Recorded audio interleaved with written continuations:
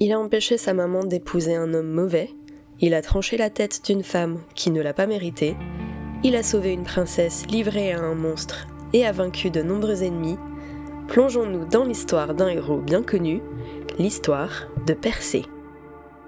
Bienvenue dans Mythologie grecque décomplexée, bonne année 2025, installe-toi confortablement et serre-toi un verre ou bien des cuves de ceux que tu t'es enfilés pendant les fêtes de fin d'année. Aujourd'hui, on va parler de Persée. Et non, j'ai menti, avant de parler de Persée, il serait intéressant de placer le contexte qui servira à comprendre la suite de l'histoire.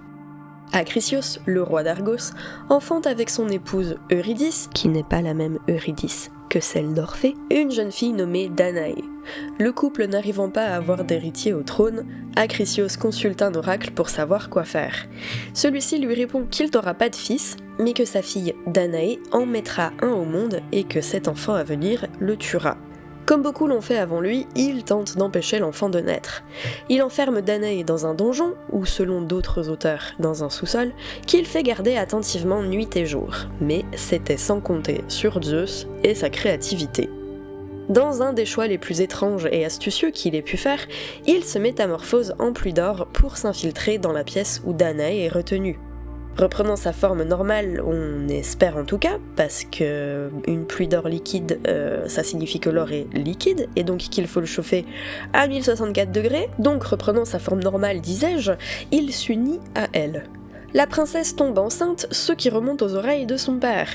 Sentant la douille arriver, et ne pouvant se résoudre à tuer le fruit de ses entrailles par peur des représailles des furies, il la fait enfermer dans un coffre qu'il jette à la mer. Si on réfléchit à cela de manière rationnelle, elle aurait dû mourir dans sa nouvelle prison en voguant en mer, ce qui revient au final au même, c'est-à-dire un infanticide mais avec quelques étapes supplémentaires. Mais dans la mythologie, on laisse souvent les explications rationnelles de côté, aussi Danaé survit au voyage. En effet, poussé par le courant jusqu'aux abords de l'île de Sériphos, le coffre est repéré par un pêcheur qui vivait sa vie normale. Le pêcheur, intrigué par ce coffre flottant, le remonte à bord de son bateau et y découvre Danaé ainsi qu'un nouveau-né, le petit Persée. Ce pêcheur, nommé Dictys, recueille ces deux voyageurs inattendus. Bienveillant et attendri, il héberge Danaé et élève Persée comme son propre fils des années durant. Pendant tout ce temps, Danaé, Dictys et Persée vivent en harmonie, ou presque. Le frère de Dictys, le roi Polydectès, apprend assez tôt l'étrange secours d'une femme dans un coffre et lorsqu'il la voit, il en tombe amoureux. Persée s'interpose constamment entre lui et sa mère parce que Polydectès est un sacré forceur qui ne comprend pas que quand Danaé lui dit non, c'est non. Le seul moyen d'obtenir un résultat positif dans ses tentatives d'épouser Danaé, c'est d'éloigner Persée. Et là, il trouve la ruse parfaite. Il se trouve qu'Hippodamie, la princesse de Pise, doit se marier sous peu. Polydectès est invité à cet heureux événement, soit en tant qu'ami, soit pour épouser lui-même la belle, et comme le veut l'étiquette, il doit apporter avec lui une dot à offrir à la future épouse. Il convoque alors ses amis ainsi que le jeune Persée. Tous s'engagent à apporter un cheval à Polydectès, sauf Persée qui n'en possède pas. Humilié par l'incapacité d'imiter tous les autres, il est prêt à tout pour offrir à Polydectès un présent digne de ce nom. Le roi malveillant suggère alors que ça tombe bien, ça fait un moment qu'il convoite la tête de Méduse, l'une des 3 gorgones. Et il a jamais eu l'occasion d'aller la chercher, mais tu sais quoi, puisque tu proposes de ramener n'importe quoi pour le mariage, pourquoi n'amènerais-tu pas la tête de Méduse ? Soulevons la question de est-ce que Polydectès attendait une simple absence temporaire de cet élément perturbateur, ou bien est-ce qu'il espérait que Persée trouve carrément la mort ? On ne le sait pas.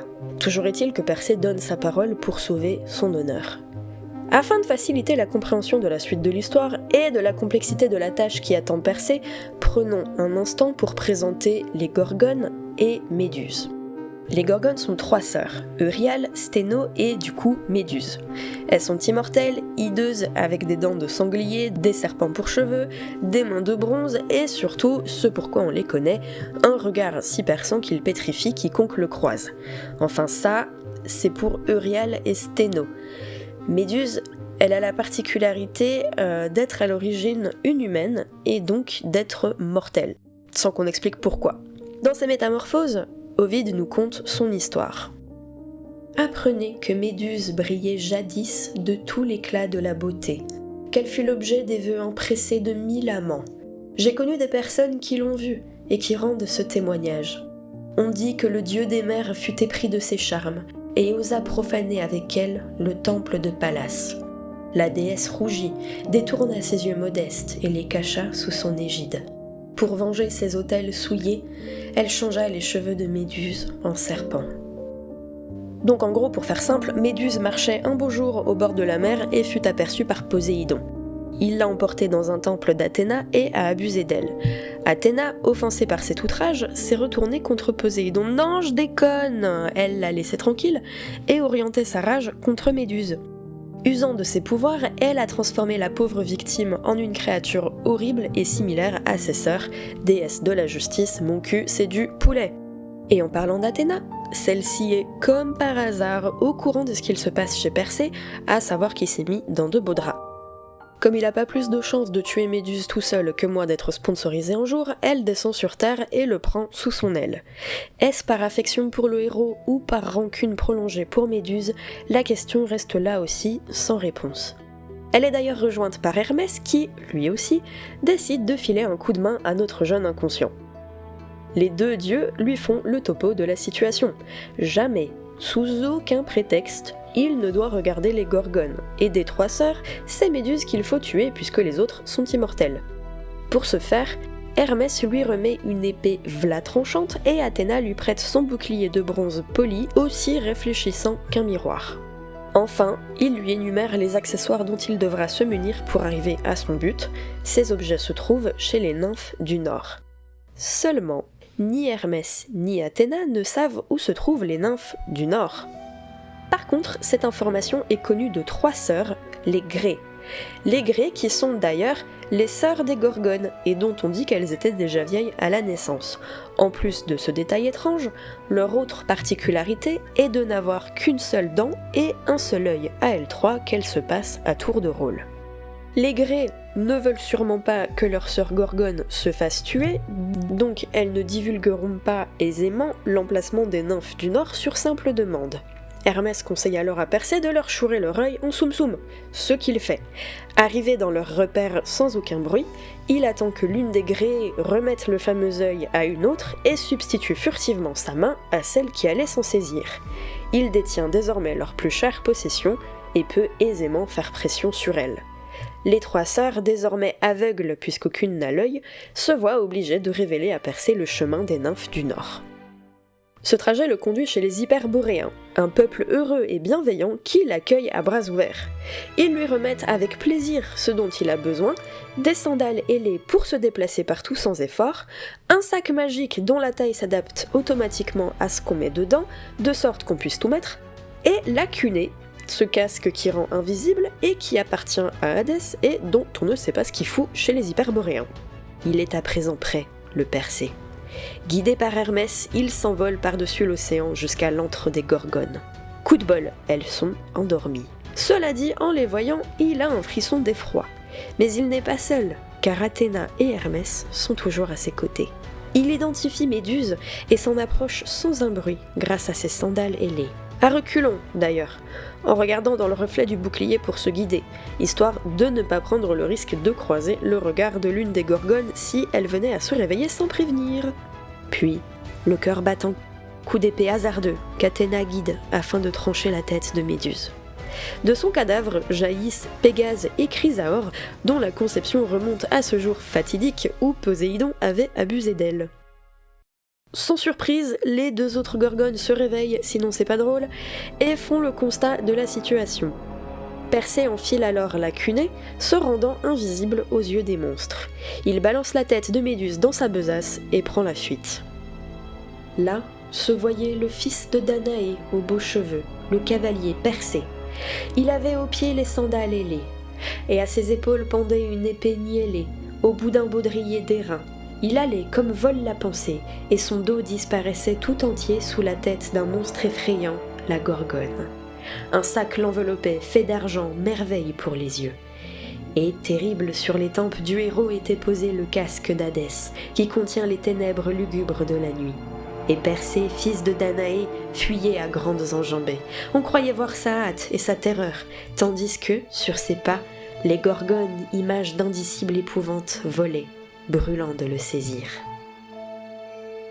Il s'échappe avec succès de l'antre des gorgones et traverse à toute allure la Libye. La tête de Méduse se vidait progressivement de son sang dont les gouttes, en tombant sur le sable, se transforment en serpents. En survolant l'Éthiopie, il est témoin d'un étrange spectacle. Une ravissante femme est attachée sur un rocher, livrée à elle-même. C'est Andromède. Mais qu'est-ce qu'elle fout là ? Eh ben pour répondre à cette question, il faut se pencher sur les actions passées de sa maman. Cassiopée, l'épouse de Céphée, avait osé défier les Néréides dans un concours de beauté, en se vantant d'être plus belle qu'elles toutes. Les Néréides s'étaient offensés et Poséidon se mit en colère. Il envoya une inondation pour dévaster tout le territoire et aussi un monstre marin. La seule façon de faire cesser ce fléau était de livrer Andromède, la fille de Cassiopée, en pâture au monstre. Céphée, sous la pression de ses sujets éthiopiens, obéit. Il enchaîna sa fille à un rocher. Quand Persée l'aperçut, il tomba immédiatement amoureux d'elle et il promit à Céphée de tuer le monstre et de sauver Andromède à condition de l'avoir pour épouse. L'accord fut scellé par un serment. Porté par la vaillance et poussé par l'amour, Persée n'hésite pas une seconde. Il attend que le monstre arrive aux côtés d'Andromède. En le voyant surgir, ses jambes flagellent tant la taille du bestiau est intimidante. Il est plus soutenu par les dieux. Il ne peut compter que sur lui-même. S'il échoue, Andromède se fera manger. S'il meurt, Danaé sera livré à Polydectès. S'il fait demi-tour, on dira de lui que c'est un lâche et que sa parole ne vaut rien. Alors quand il faut y aller, il faut y aller. Le héros, par l'agilité de ses ailes, se dérobe à ses dents avides, et son glaive recourbé le frappe sans relâche sur son dos hérissé d'écailles, dans ses flancs et sur sa queue semblable à celle d'un poisson. Avec des flots de sang, le monstre vomit ses l'onde qui rejaillit sur les ailes du héros. Il les sent s'appesantir et n'ose plus s'y confier. Il découvre un rocher dont le sommet domine l'onde tranquille et disparaît quand la tempête agite les mers. Il s'y soutient, et d'une main saisissant la pointe du roc qui s'avance, de l'autre il plonge et replonge son fer dans les flancs du monstre, qui expire sous ses coups redoublés. Persée triomphant délivre Andromède. Maintenant qu'il a un instant pour souffler, il fait une offrande aux dieux en signe de gratitude. Il sacrifie une génisse pour Athéna, un veau pour Hermès et un superbe taureau pour Zeus. Cette tâche effectuée, il épouse Andromède. Le peuple d'Éthiopie est ravi et célèbre cette union, mais cela déplaît fortement à un certain groupe d'individus. Il se trouve qu'à l'origine, Andromède était promise à un autre. Cet autre nommé Phinée est en mode « Eh oh, fils de pute, c'est moi qui devais l'épouser, c'est pas très cool que tu me la prennes !» Et il menace de tuer Persée. Céphée, qui est bien content d'avoir Persée pour gendre, lui répond « Wow, si tu la voulais tellement, il fallait la mériter, et porter tes burdes, lol !» Phinée a le gros somme et il lance un javelot dans la direction de Persée. Le héros est indemne car Phinée ne sait pas viser et la lance s'enfonce dans son siège. Alors Persée la saisit et riposte, mais son adversaire s'étant planqué derrière un autel, il n'est pas touché non plus. Par contre, Persée ne fait pas chou blanc pour autant puisque son projectile atteint au front un comparse de Phinée nommé Rhétus, qui meurt sur le coup. Ce premier meurtre déclenche les hostilités. Tous les compagnons de Phinée se mettent à attaquer Persée. Ils lancent simultanément leurs javelots dans la direction du héros, qui aurait sûrement écopé d'un ou deux piercings improvisés si Athéna n'était pas intervenue, protégeant le fils de Danaé de son égide.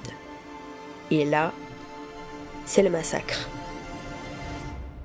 Attis, un jeune indien super habile à l'arc, genre vraiment super habile à l'arc, s'arme d'une flèche et commence à courber son arme, prenant position.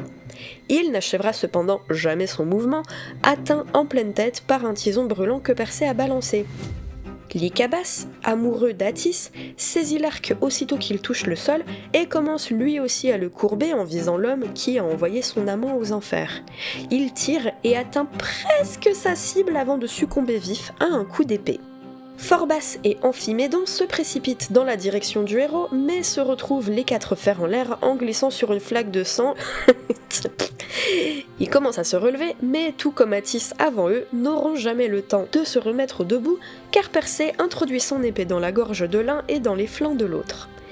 Eurytus, lui, opte pour une putain de grosse hache sa mère au lieu des fins javelots de ses comparses. Persée décide lui aussi d'innover en prenant une arme tout à fait inédite.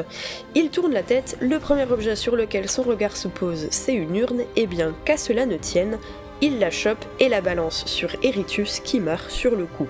Chutent ensuite les braves Polydégmon, Abaris, Lycétus, Élix, Clétus et Phégias. Et là, Phinée commence sérieusement à se chier dessus. Il veut pas approcher son adversaire et, lâche qu'il est, lance un second javelot de loin. Comme on l'a établi un peu plus tôt, il s'est pas visé, donc le javelot atteint une cible mais pas la bonne. Il s'agit d'un pauvre bougre nommé Idas qui se retrouve blessé alors qu'il n'avait jamais pris part au combat. Légèrement agacé par la maladresse de Phinée, le pauvre Idas, il s'écrie « Viens ici que je te bute, enculé !» Mais lorsqu'il retire le javelot de sa blessure, il déclenche une hémorragie qui l'achève avant qu'il puisse faire quoi que ce soit. Darwin Award des morts débiles. Si Persée fait un carnage, c'est aussi le cas de Phinée. Il abat Amnon et Brotéas, immole Aphicus, qui est rejoint dans la mort par Mélanée et Dorylas. Ce dernier est vengé par Persée qui défonce le crâne de son assassin avant d'aller éclater Clitius et Clanis, Céladon, Astrée, Étion, Toactès, Agyrtès, Molpé et Échemnon. Les braves hommes tombent les uns après les autres dans les deux camps, mais celui de Phinée reste en large supériorité numérique. Persée se retrouve acculé, le dos contre une colonne, incapable de se déplacer. Il a alors une idée de génie. Il crie à ses amis de détourner les yeux et saisit fermement la tête de Méduse pour l'extirper de son sac, puis la tend dans la direction de ses ennemis. Pas tellement impressionné, Nilée nargue Persée, mais il n'a pas le temps de finir sa phrase que sa bouche reste figée, les traits durcis. Thesélus amorce un début d'attaque. Il devient de marbre. Ampyx lève le bras, au bout duquel brille son épée. Celui-ci s'arrête, immobile. Eryx prend ses appuis pour charger Persée. Ses pieds refusent de bouger. 200 soldats s'apprêtent à s'élancer. 200 soldats se retrouvent pétrifiés. Phinée se rend compte qu'il a grave déconné en outrageant Persée. Il abandonne son envie d'épouser Andromède, suppliant son rival de ne point le tuer. Persée l'observe, victorieux. Narquois.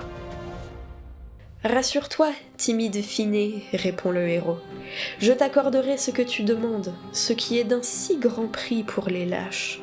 Tu ne périras point par le fer. Je ferai plus, tu seras un monument éternel de ma clémence. On te verra toujours dans le palais de mon beau-père, et mon Andromède y sera consolé par ta vue de la perte d'un époux qui lui fut destiné.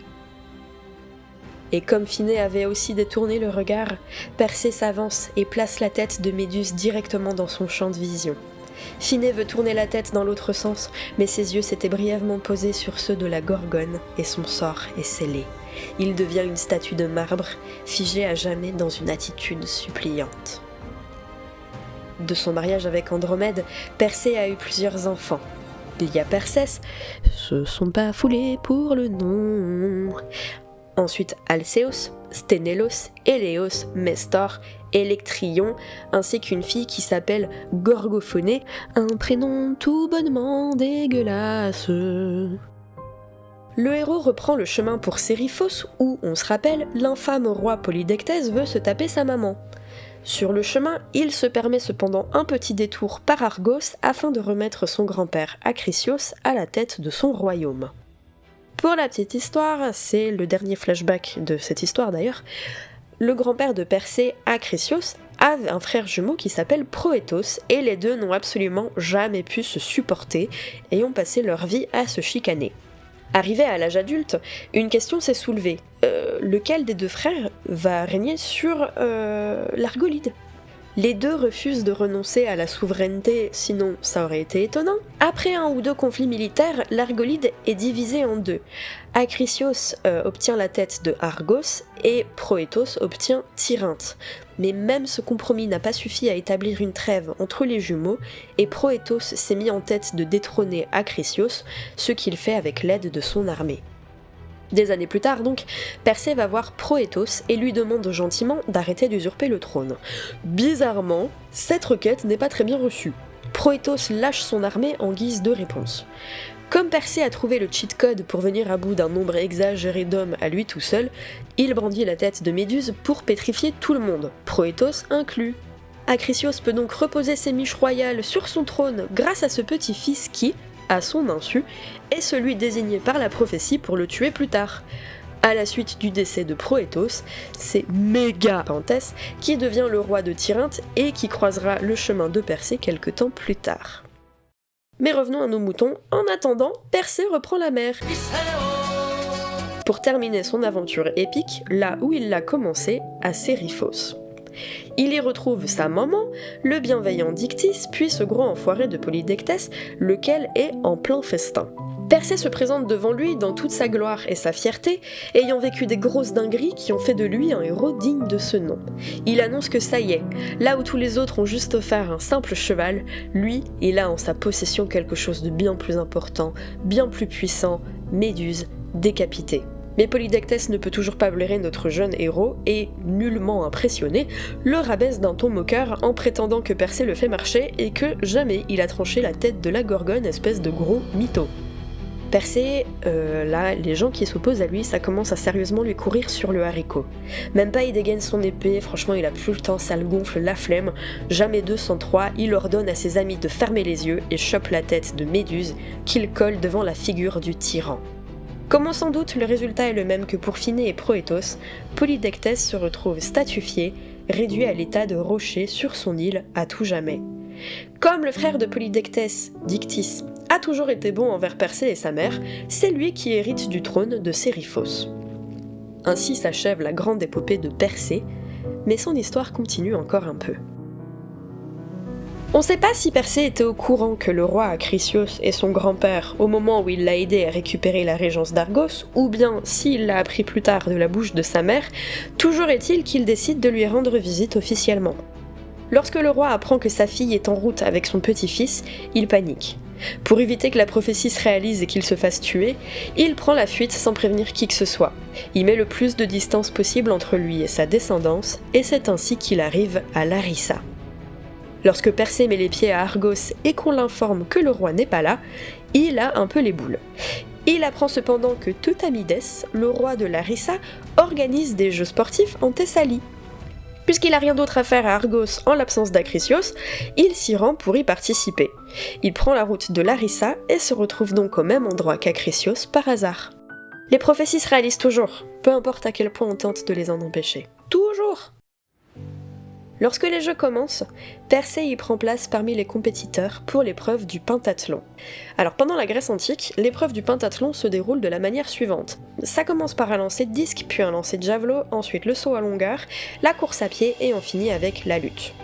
Persée s'illustre remarquablement et ce, dès la première discipline. Le disque qu'il a lancé restera gravé dans les annales. Quand le héros lâche son projectile qui part avec une vitesse fulgurante, un coup de vent le fait dévier de sa trajectoire. Il file en direction des gradins où il percute le pied d'un spectateur.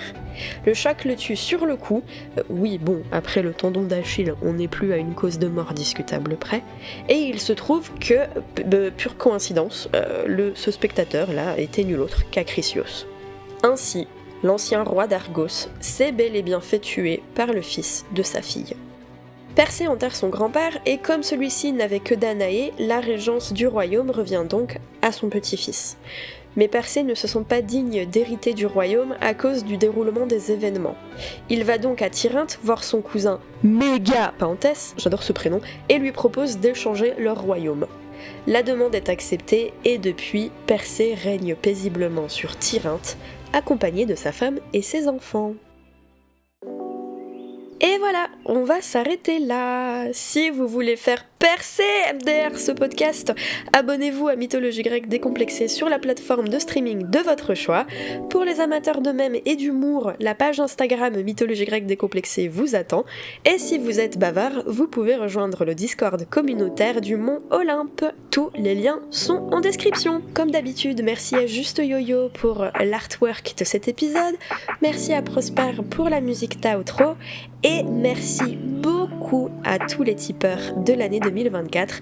Votre soutien m'a permis et me permet encore de vous fournir du contenu de qualité en payant mensuellement l'abonnement à la plateforme de musique et plus récemment en finançant l'achat d'un nouveau micro puisque l'ancien est décédé. Je ne cesse de le répéter, ça me fait extrêmement plaisir et j'espère pouvoir continuer de compter sur vous. Sur ce, je vous souhaite une excellente année 2025, bonne année et bonne santé. On se retrouve dans peu de temps pour un nouvel épisode de Mythologie grecque décomplexée. En attendant, prenez soin de vous. C'était Margot pour vous divertir. Ciao!